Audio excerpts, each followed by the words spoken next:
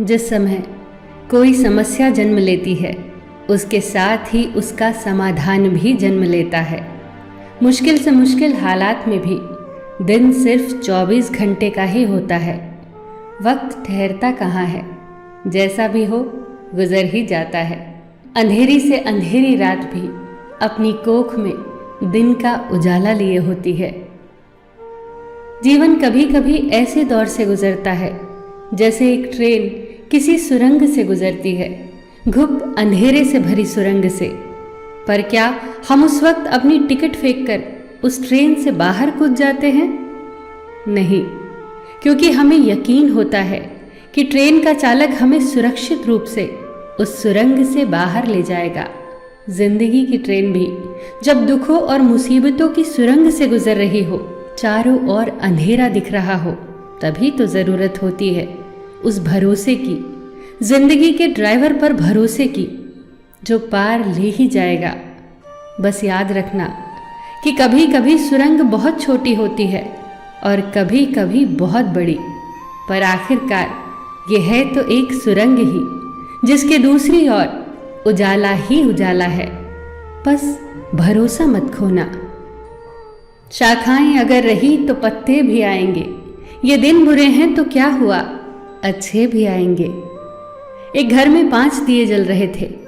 एक दिन पहले दिए ने कहा, इतना जलकर भी मेरी रोशनी की कोई कद्र नहीं, आज मैं सबके लिए व्यर्थ हूं। इससे तो बेहतर है कि मैं बुझ जाऊं। ये कहकर वो दिया बुझ गया। जानते हो वो दिया कौन था?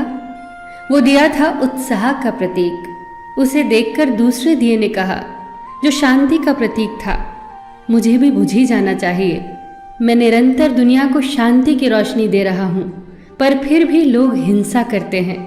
ये कहकर वो दिया भी बुझ गया। तीसरा दिया, जो भाईचारे का दिया था, वो भी उन्हें देखकर बुझ गया। अब न उत्साह था, न शांति, न भाईचारा। तो ऐसे में चौथा दिया, जो एकता का प्रतीक था, वो भला कैसे जला रहता? वो भी आखिरकार बुझ ही गया। पर एक दिया था जो अभी भी जल रहा था, एक छोटा सा दिया, अपनी मध्यम सी लौ लिए निरंतर जलता हुआ। एक छोटा बच्चा घर में आया। उसे 4 बुझे दियों को देखकर अफसोस नहीं हुआ, बल्कि 5वें जलते दिए को देखकर वो खुशी से झूम उठा और उस नन्हे से दिए से उसने वो 4 बुझे दिए फिर से रोशन कर दिए।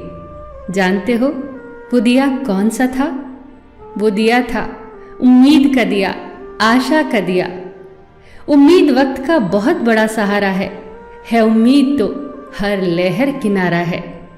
मुश्किल वक्त में अगर किसी चीज़ की बहुत ज़रूरत है तो वो है उम्मीद की, आशा की, सहयोग की, एक दूसरे के साथ मिलकर खड़े होने के एहसास की। बात उन दिनों की है जब द्वितीय विश्व युद्ध चल रहा था। जर्मनी के बम वर्षकों का खौफ सब तरफ था। लंदन में दूध की एक लंबी लाइन लगी थी। दूध बांट रहे व्यक्ति ने कहा, केवल एक ही बोतल बाकी है, बचे हुए लोग कल आए। आखिर में दूध की बोतल जिस व्यक्ति के हाथ आई, उसके ठीक पीछे एक महिला खड़ी थी, जिसकी गोद में एक छोटा सा बच्चा था। दूध न मिलने के कारण उसके चेहरे पर चिंता की लकीरें उभर आई। पर यह क्या, दूध बांटने वाले व्यक्ति ने दूध की बोतल उसके हाथों में दे दी। वो चौंकी। हुआ यूं कि उसके आगे खड़ा व्यक्ति पंक्ति से हट गया, जिसके कारण दूध की बोतल उस औरत को मिल गई।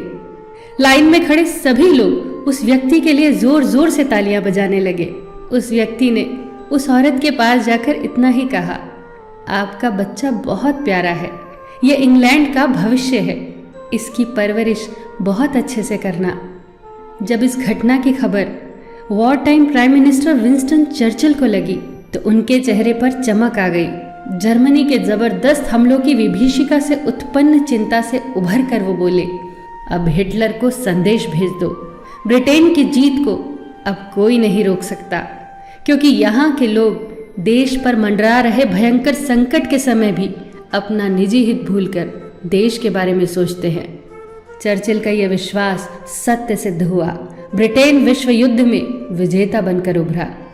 यह विश्वास आया कहाँ से? ये आत्मबल आया कहाँ से? आप ही सोचिए। बहुत फर्क पड़ता है हौसलों की उड़ान में, जब सब साथ हो एक दूसरे का सहयोग करते हुए। बहुत फर्क पड़ता है जब हम अपने हितों को छोड़कर सिर्फ देश के हितों के बारे में सोचते हैं। बहुत फर्क पड़ता है जब हम एक की ताकत को पहचान कर एक एक रेशा जुड़कर न टूटने वाली मजबूत रस्सी का निर्माण करते हैं। बहुत फर्क पड़ता है, हर छोटी से छोटी सकारात्मक चीज़ से बहुत फर्क पड़ता है। फिर मिलेंगे दोस्तों अगली वीडियो के साथ। तब तक के लिए अपना ख्याल रखना और हमेशा मुस्कुराते रहना।